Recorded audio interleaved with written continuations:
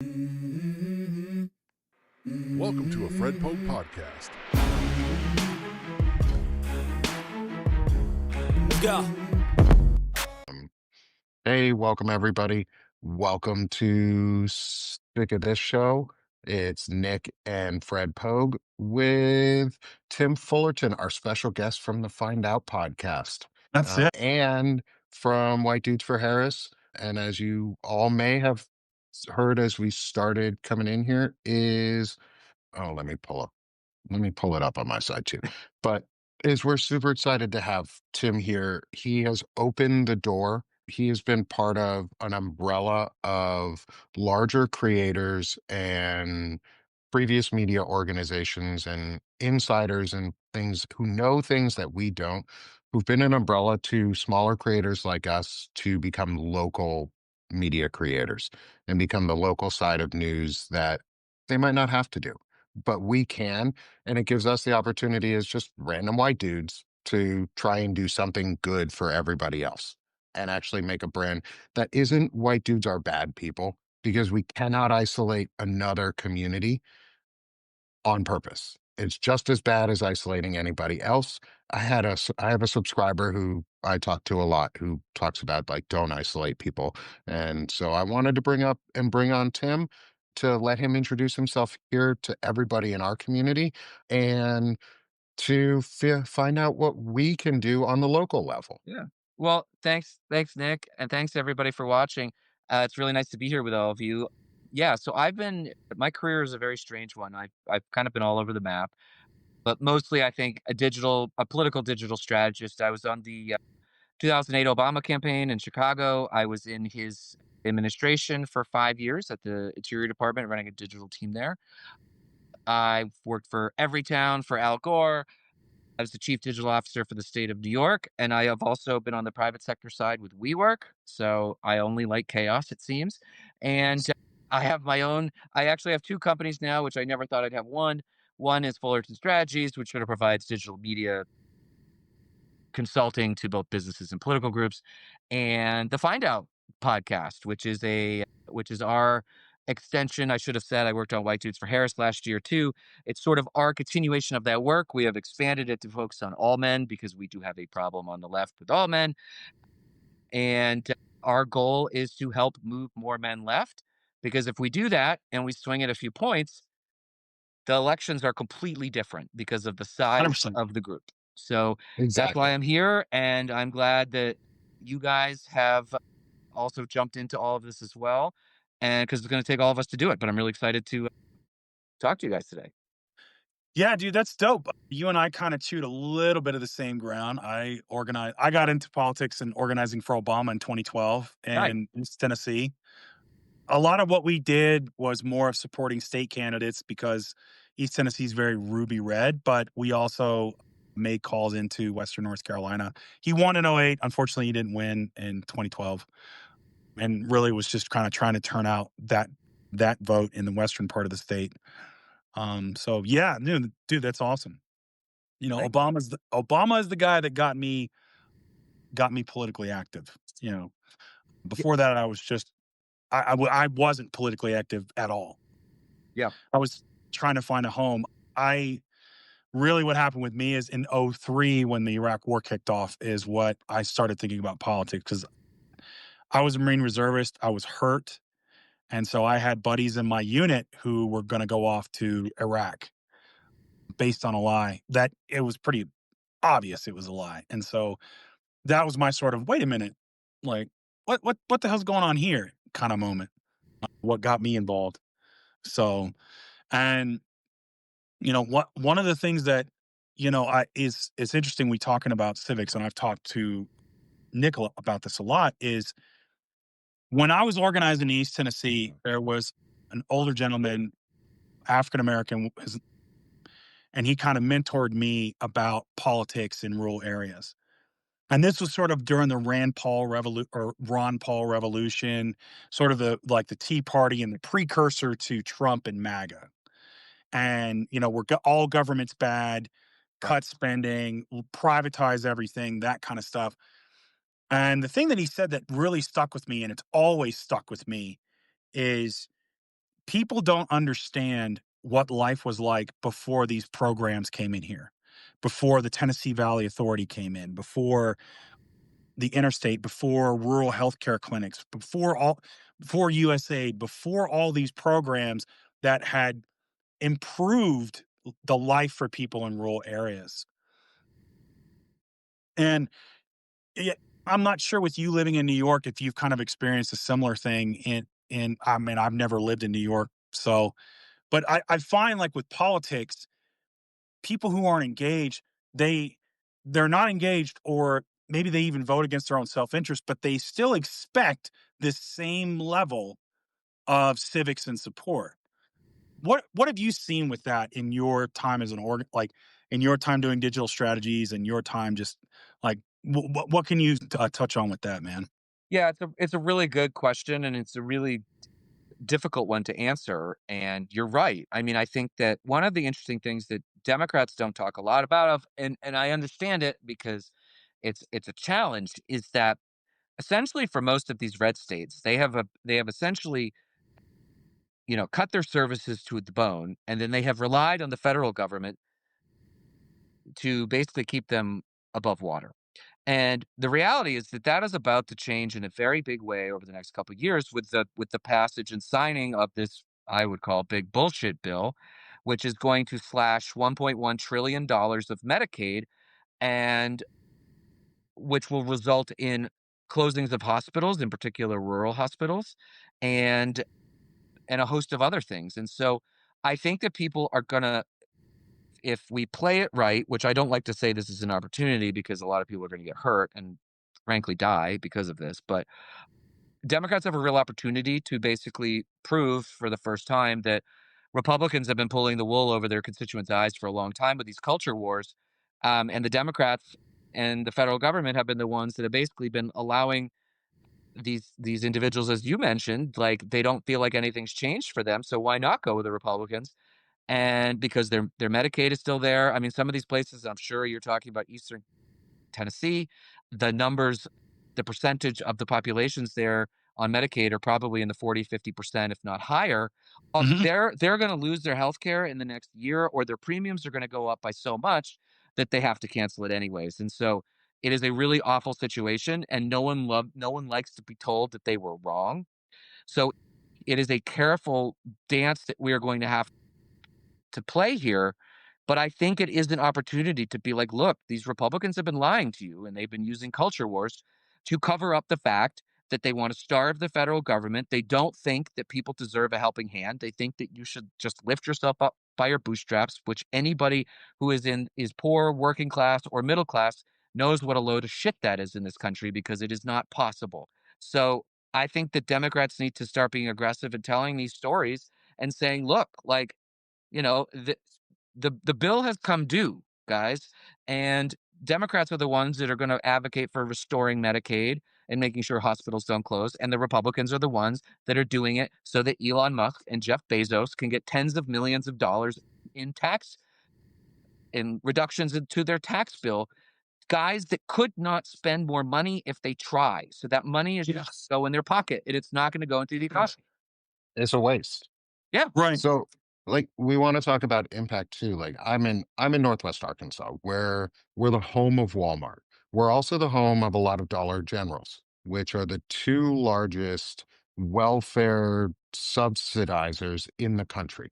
They employ their employees at a lower than livable wage and then rely on the welfare systems, which are about to go away. So our representative, Steve Womack, voted for it, voted to pass the big bullshit bill. And I'm glad you used that, because that's one of my favorite terms to use it, because it is bullshit. It's just a Yeah. bullshit lie. It's as big of a lie as they could come up with to tell us that our benefits and our entitlements, they're legally called entitlements because we're entitled to them. Ron Filkowski uses that word, and it is pretty powerful. I mean, it has negative connotations if people use it wrong, but well, whatever. But like, we're about to lose all of that, Yeah. all Yeah. of the medical. We have major hospitals in our area that we're trying to open up. What can you, as someone who knows a lot more in this field and how to engage community organization and build networks and systems that work, what would you suggest for us and our audience that we can do to engage on a local level Yeah. to build systems that maybe are about to go away? Well, I mean, I think that first of all, the local activity is probably more important than the national, especially if we're talking about trying to change cultures or trying to change understanding of who is doing what. And I don't think Democrats have done a good job in trying to build support in the areas that you guys live in. I mean, Arkansas used to elect Democrats all the time. Mhm. Even in my 20s, Mark Pryor and I forget Blanche Lincoln, and like not exactly the type of Democrat that I am, but they were Democrats and they were on our side. And now it would be almost unfathomable to have a Democrat from Arkansas. Almost the same as Alabama, which we got a Democrat for one reason, and that was we got it for 2 years, and then they put a coach in that didn't know that there were 3 levers of government, and he won.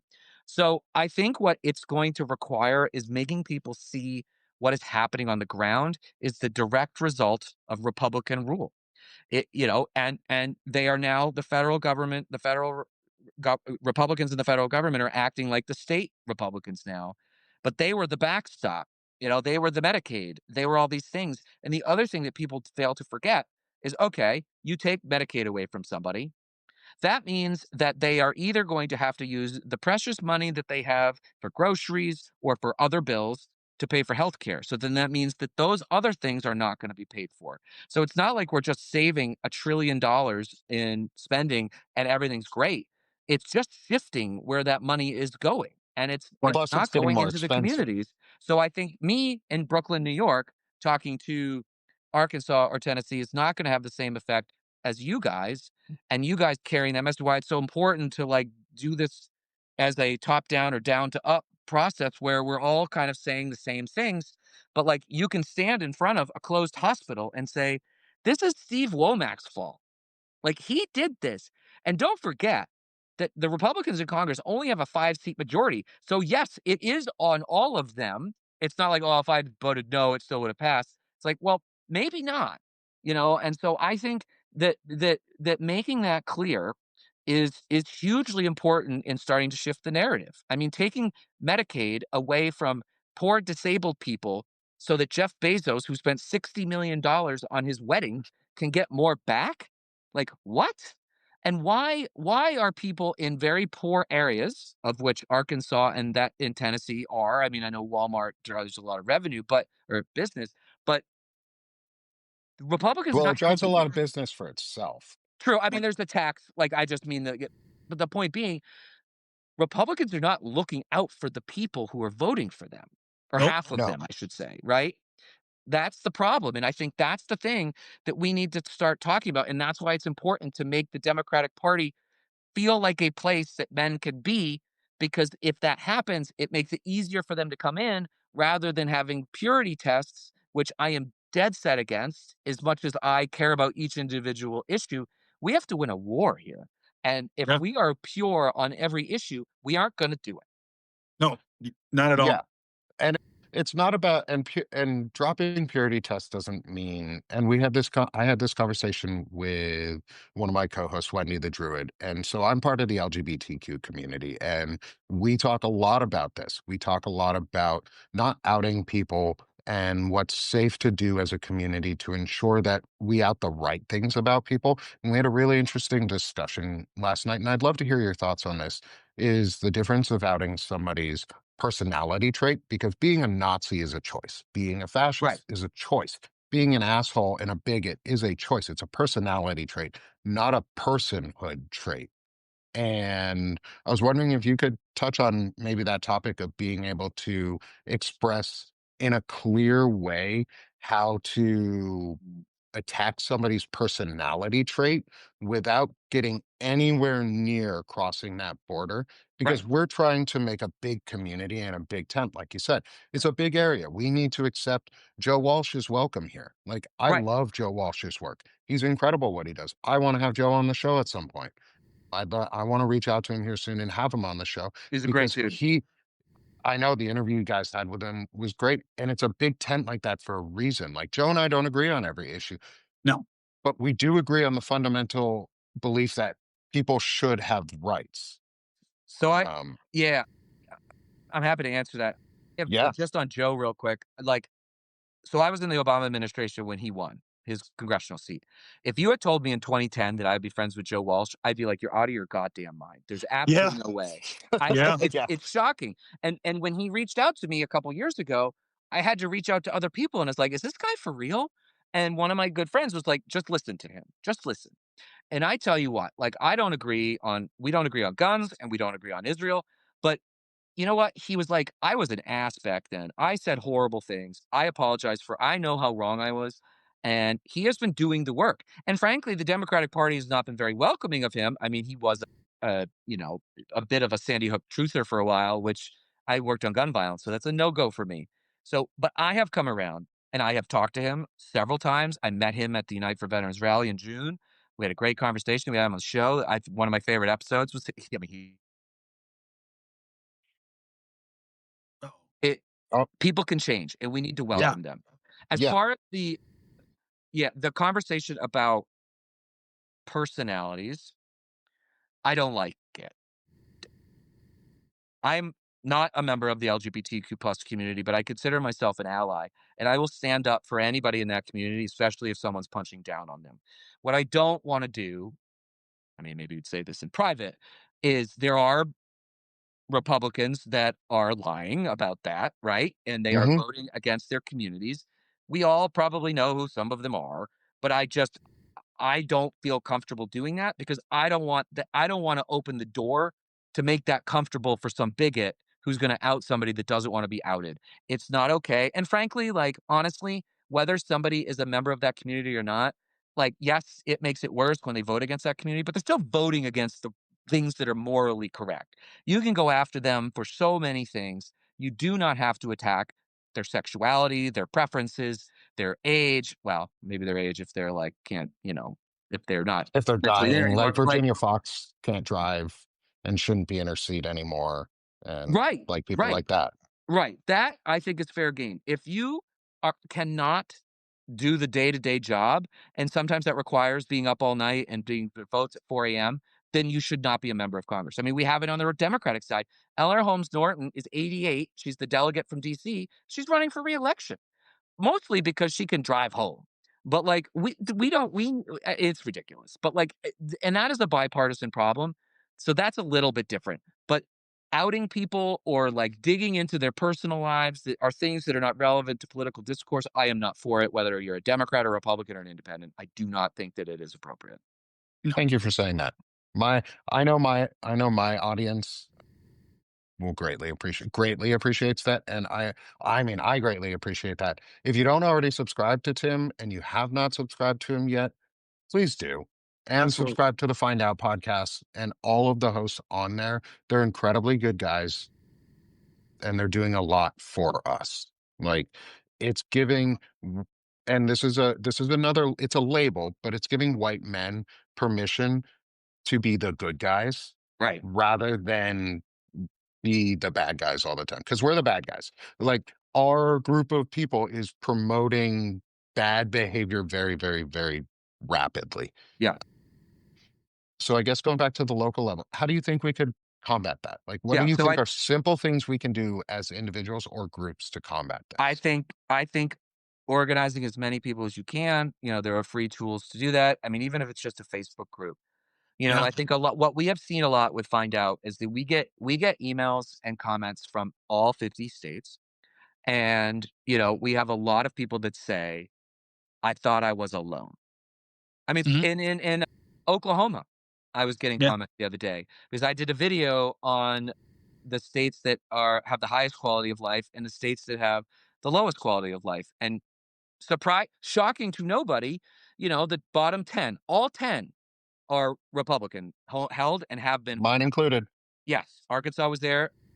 I think Tennessee was on that Oh, yeah, list. Tennessee's Yeah, absolutely there. on that list. But the point being is that people, especially people in the blue states like me, I'm in New York, tend to think that these areas of red are 100% red. And the answer No. is that's not true. In a lot of cases, a big red wave is 60-40. That means 40% of the population are Democrats. And now they have been gerrymandered out of a lot of power in the House. but they're still there. And I think now more than ever, it is so important to be contesting everywhere. So that means, like, in your corner of Arkansas, you know, like, be starting a group of folks that are against what is happening with the bill. Same with Tennessee. Like, especially when the Medicaid cuts come, we're going to need we're going to need a megaphone at all levels. And honestly, people listen to their local communities more than they listen to national politicians. Makes sense. People live in their areas. And I think that, and there are some groups starting to work to hopefully fund some more work in these southern states. I saw Joe Kennedy III, who was a congressman for a little while, is now working in, I think he's actually Mississippi, Arkansas, Alabama, maybe Georgia too, to start putting organizers at the local level and funding them so they can do that work. So that's the type of stuff. But even if it's a volunteer project with a Facebook group, even if it's just 10 or 15 of you, like, it's a It start. matters. We have to start building back, and we are starting at zero in some of these places, but we are actually in a better excuse me, not economic, political landscape right now to have big waves next year. So there are districts that right now that I think people don't think are gettable, that I think we're going to have a shot at if we organize and we get people on the ground. And don't forget, there's also local elections. So, like, it just Hmm. because you in, let's say, whatever district you're in, Nick, you were able to lift the Democrat in that House race from, say, 30 points to 40 points. That might mean a state senator wins. That might mean a city council member wins. Like, all of this stuff matters, or a statewide, probably not in Arkansas this time, but like a statewide, Well, like in North Carolina, we right? have we have Hallie Schaffner running against Tim Cotton, and Oh, she's okay. incredibly good. She, I'm gonna reach out to her more because I want to Great. get her on here. Well, And Tom is terrible. So, Tom oh, sucks. I'll give you guys some hope if you live in red districts. So I organized for Obama in 2012, and we did a lot of deep roots canvassing was just kind of being the thing. You know, you were starting to get data, and you were kind of like, all right, you drill down into it. Tennessee First District. So my county that I was the chair of, Washington County Democratic Party, only had 35% of the eligible electorate turn out to vote. And a lot of that was due to, yeah, it was really low, right? in It's 08, insanely. or you said 12? You said 12? No, it's 35% of the eligible electorate. In People who, which election did you say? 12, this was 2012? in, yeah, 2012, Wow. 2014. No, I'm sorry, 2014. I'm dumb. I organized in both elections in 2014 in the midterms.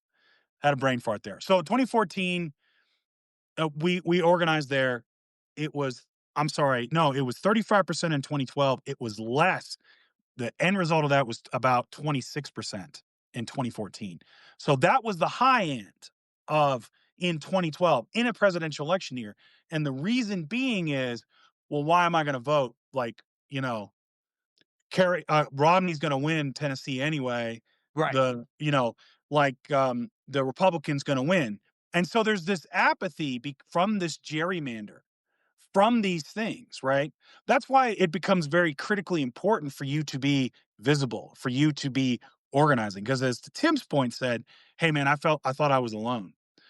And there's a lot of like left-leaning people. There's a lot of centrist, like reasonable people that feel alone. And the thing is, you're not trying to get this, hey, we have to agree on every issue. We just have to agree on going this way. Right. We just have to agree enough, just enough. And so, it may seem hopeless, but it's not hopeless. It's really not. No. It's about getting that momentum and building that momentum. We had a city councilor, a city commissioner. This is in 2014 in Johnson City. And they have my alma mater, East Tennessee State University, is there. So a lot of college students, mostly commuters, low turnout rate among college educated. She was a Democrat running against a Republican, right? She lost by 65 votes. Mm. 65. So if we could have just turned out 65, 66, 70, 100 more college students, we could have had a Every Democrat, vote counts. right, on the city council, on the city Yeah. commissioners for Johnson City, Tennessee, in a Well, ruby red district. That's how And I close mean, we were in a city with a population of 50,000 people. We Well, got it, so it's doable. this is, yeah, 100%. And the thing about that is that getting those people at the local level in office also trains them to be better statewide or potentially federal candidates later. Running for office is not easy, No, and there's a lot of bullshit that goes along with it. But like that, you need a fee. I mean, you have to think of politics like sort of like the minor leagues in baseball, like the local mhm, levels, like the A. Then you move to the municipal level, then you move to the state level, then you move to the federal level.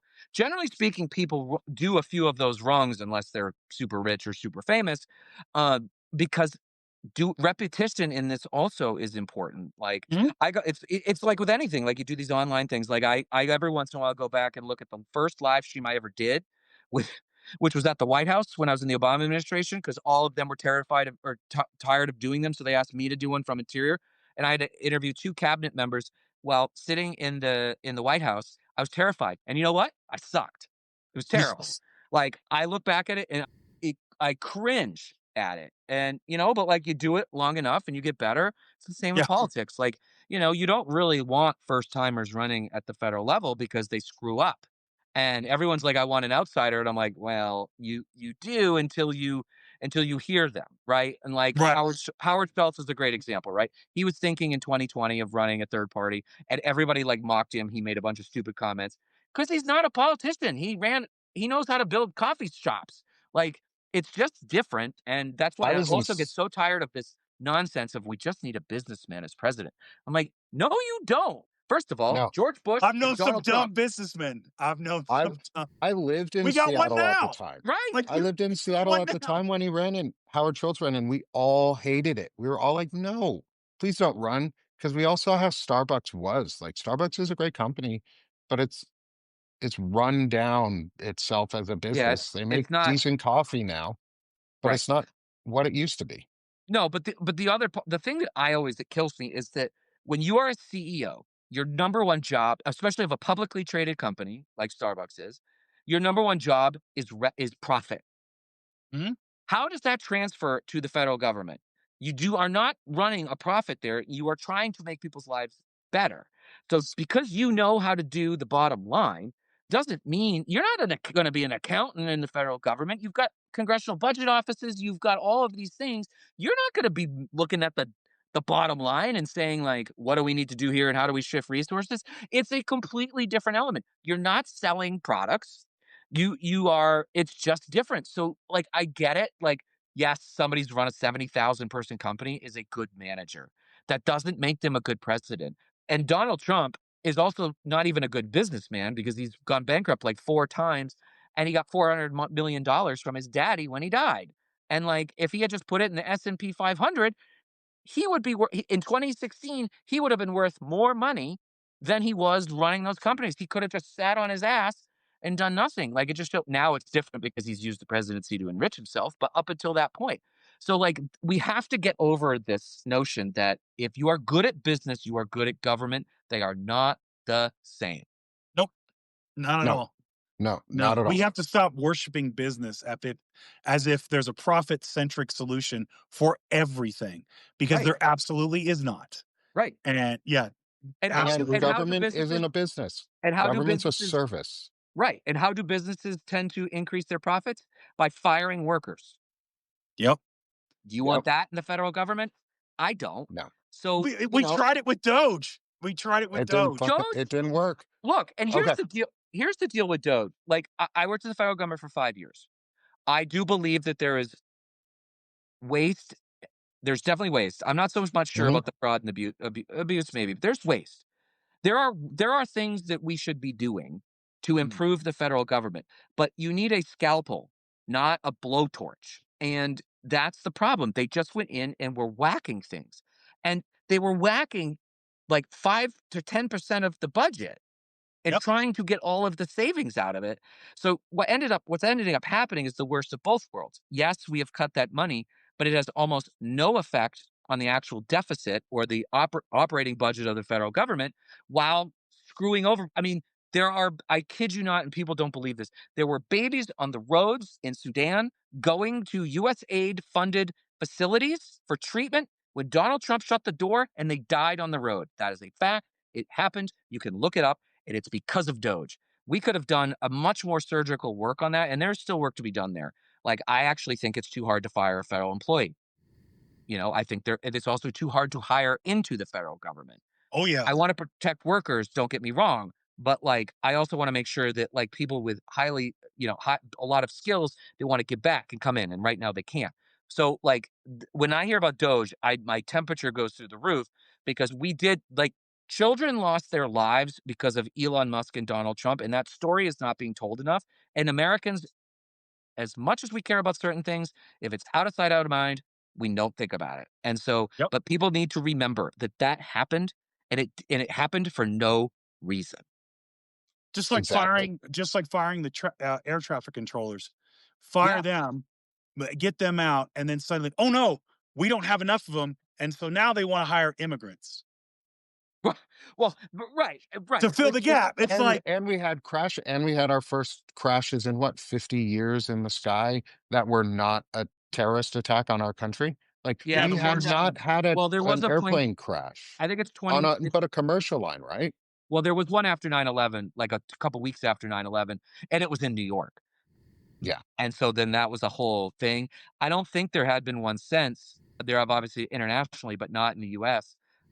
But yes, like, hey guys, guess what happens when you take people out of these jobs? No one does them. Hmm. Like, it's not just that it's not that just everybody does more.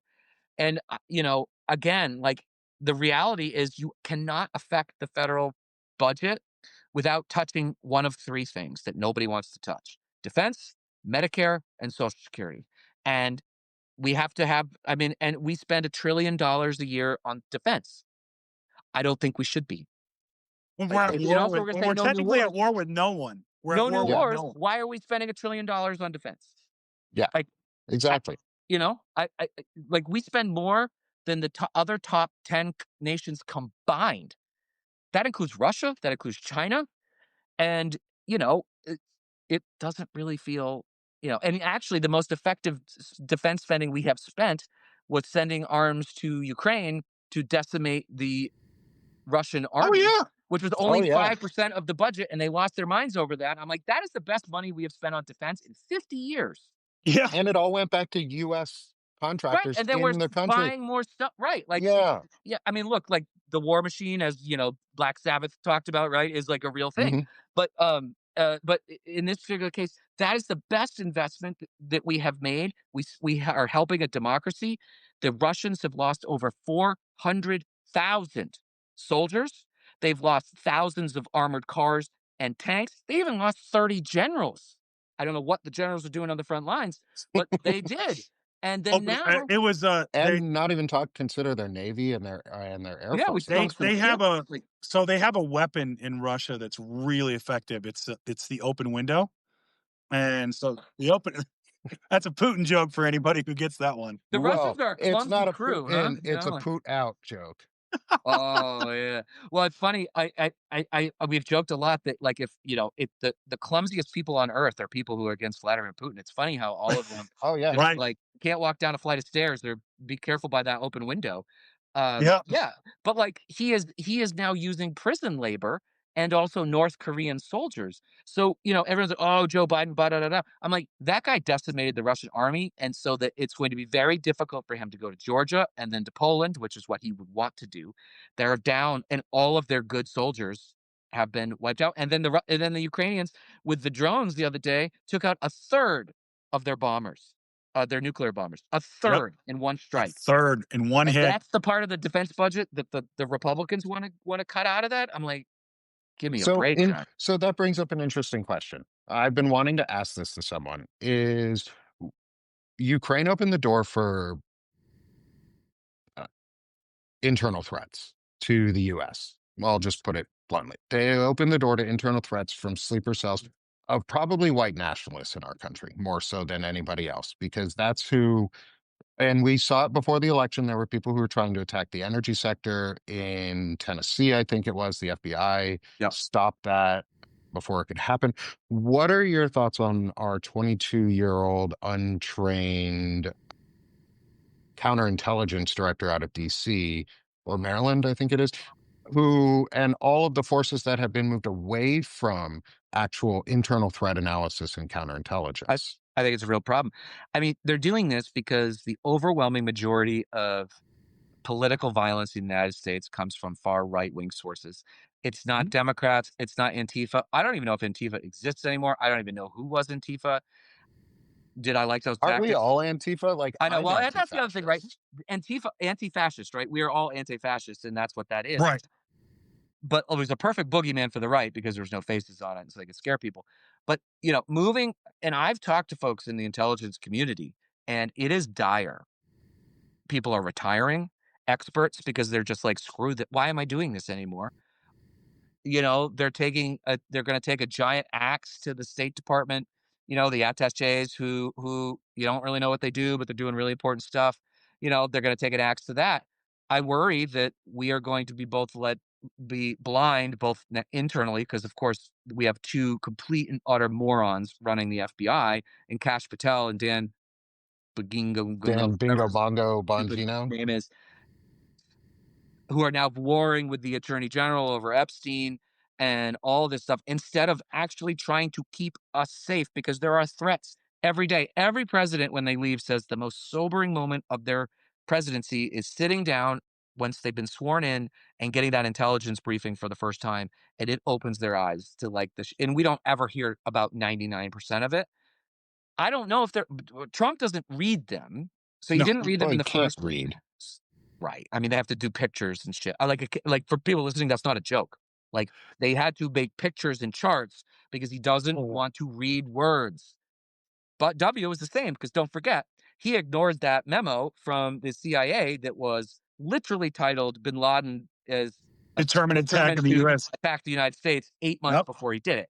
So Republicans don't like details. They like to be power and they like to throw bombs.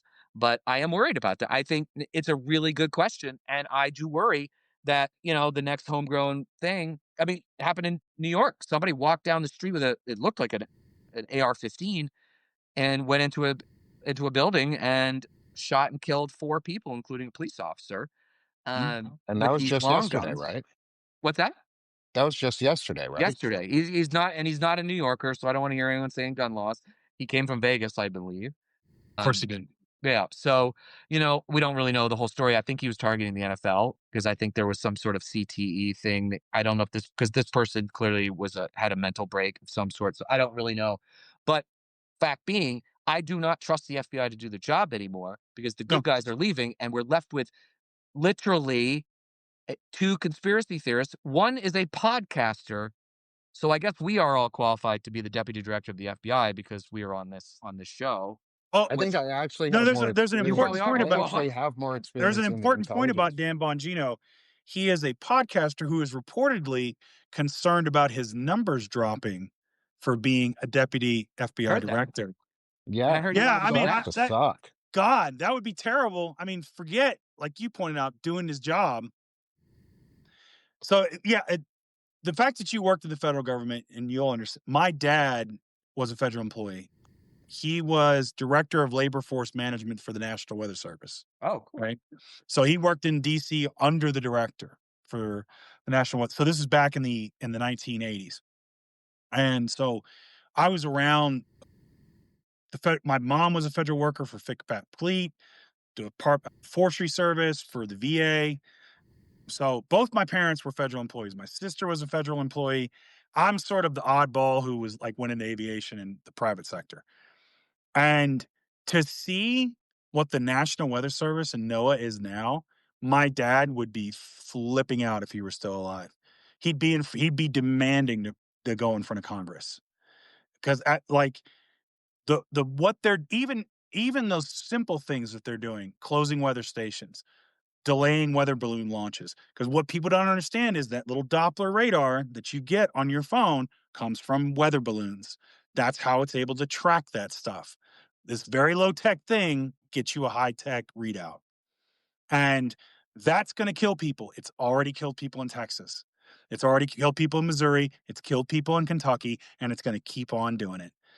I mean, when you have a weather forecaster in Florida go on live television and say, I don't know if I'm going to accurately be able to help you guys predict weather and protect yourselves. Yeah. Yeah, what I don't think people know is that all of that data comes to the National Weather Service, and Yes, every bit of and it. every bit of it, and they are flashing, and there are articles from this spring where they talked about morale was low and people were leaving because of all this stuff, and then they cut it even more, and, like, the reality is that storms are only getting worse with climate change, like, there's more a need for more of them, not less, and, the Texas thing was really concerning because one of the things that happened in Texas was the local community, which was entirely MAGA, did not want to pay for some of those detection tools because it was a couple $1,000,000. No one wants to talk about it because they're like, now is not the time. And my answer to that is, when is the time? Because I worked in gun violence and they always said that too. Oh, you can't make politics in a horrible situation. I'm like, bullshit, you can't. Like, this is exactly the moment to talk about it because this is a failure of government. So you have to talk about it. People lost their lives because we have shitty gun laws, because we're cutting the National Weather Service, because we're cutting USAID. Like, these are having real world consequences. And I think this is where the local stuff also comes up too, right? Is that Yep. you can really drive home when something happens in your backyard. Hey, do you know why this happened? Because of this. And, Yep. some people will just never listen to you, but some will. And that's why the local stuff is so important, because I can scream and yell from Brooklyn all day long, but like, it's not really going to solve the problem in Arkansas or Tennessee, but you guys can. And that's why your voices are so important. And that's why it's important for us to build power at every single level so that when something happens, we're there to tell people why, and that there is a different path. And I think that's the most important thing. Well, what you could do is when you start screaming from Brooklyn, text me, and then I'll tell people to go outside and see if they can hear you, man. There we go. There we go. I Okay, like, we can. Tim's carrying on again. Yeah, it's a relay. We can do Got a him. relay service. We get those It's phones like with the cans and the strings. We got enough it's like strings. the people singing in Italy during COVID, where they would start singing across the town to each Oh other, yeah, the yeah, old yeah, yeah, school There you yeah. time. go. Okay, so Tim, we've kept you over a little bit from the half an hour we originally asked you to come on for, and I really appreciate you giving us some extra time today. This has been awesome, and I love that we got to wrap it back into the local side. But what I like to do is I write poetry. I write political based commentary and civics, and right now I'm on a focus on civics based commentary for poetry. And I wanted to read today's poem. It's a, it's the third of the haikus around civics because it's about local action. And then I want to hand it over to you, Tim, to give some final thoughts Sure. and close out and give yourself a self plug for everybody here and for the Find Out podcast. And like I've said, if you aren't subscribed to Tim already, please do. Please subscribe to him and all of the other hosts on Find Out. They're incredible. They do great work. They've opened the space for us to come in and be bigger and be local news. So Even the guy that today's, cusses a lot. yeah, Yeah, he's great. Oh, yeah, Luke. I love Luke. Luke is one of my favorites because he's like me, younger, but smarter at that age. He's like, if I knew how to be smart. He is like he is what you see in the car is pretty much what you get I mean, not quite as animated, but he has an incredibly I mean, when I was 22, there's no way I could have done that. No way. And No, I was like a pretty political guy back then, but I wouldn't have been able to do that. He is he has clearly tapped into something. I mean, he has 750,000 TikTok followers now. And I think it's a good middle ground of anger, but also he's not just screaming, he's actually, like, educating as well, and I think that is the difference between some people who just go on and yell and scream, and you can learn from Luke, and I think it's really important to hear his perspective, and we have a 26-year age gap. No, 24-year age gap. I'm the oldest, as you could tell. But it's interesting when we talk, I don't really feel that difference, and he's just a really genuine guy, and so if people don't know it's Luke, you should go follow him because he's great. Yeah. absolutely. Okay, so let's read today's poem and then we'll let you close out. Great. Please subscribe to all three of us. I'm running a summer sale for 80% off if anyone wants to come and join me on the paid side. And so today's poem is called Engagement. It's a Civic haiku number 3. So, civic engagement. Seeds grow from local support, actions springing forth. And so this one is our is our third, and I hope it brings a little bit of an idea of bring some action, and that engagement needs to be focused and purposeful. And I think what Tim is doing and the team at Find Out are doing is purposeful engagement.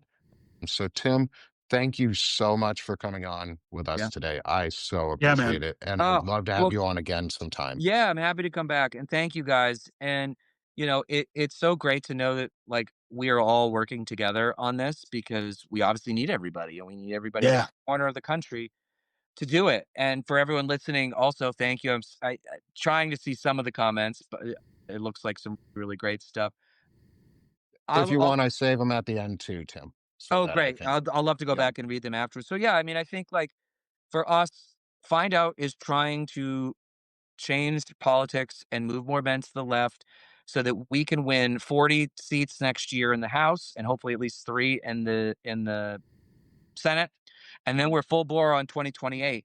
So, but in order to do that, we need to build an army, which we are currently doing. So if you have any ability to subscribe to Find Out across, we're findoutpodcast.substack.com. We're also on YouTube, and Apple is, if you listen to audio, Apple is our most important channel. We have a yellow logo because we're Isaac Newton from, obviously fuck around, find out is where we came from. And the law of every action has an equal and opposite reaction. That's our sort of play. We're going to be doing some really big things. We are talking about building a whole network of content creators. Once we get there. So if you could subscribe, I would really appreciate it, either on mine, and then I can tell you where it is from there, or just go to findoutpodcast.substack.com and do that. But guys, thank you Awesome. very much, Nick and Frederic. I really appreciate being on. This is super great. Yeah, dude. It was great to have Yeah, you, man. happy to come on anytime you want. Especially once school gets back and my son's not running around in the backgrounds. No, I get We're that without too. childcare this I know week, that. so we're in I'm a bit waiting of for a, that day. you but All anyways, right. Thanks, Tim, Fred. Great talking to you today, as always. Everybody in the chat, thank you for being here. And like I have started to say a lot for everybody, is let's stop being sick of this shit and let's start doing this shit. love it. Have a Exactly. great day, y'all. Love it. Please like and subscribe. It definitely helps me out. And if you want to see my face again, well, you kind of have to do it. Keep the faith, defend democracy, and I'll see you later.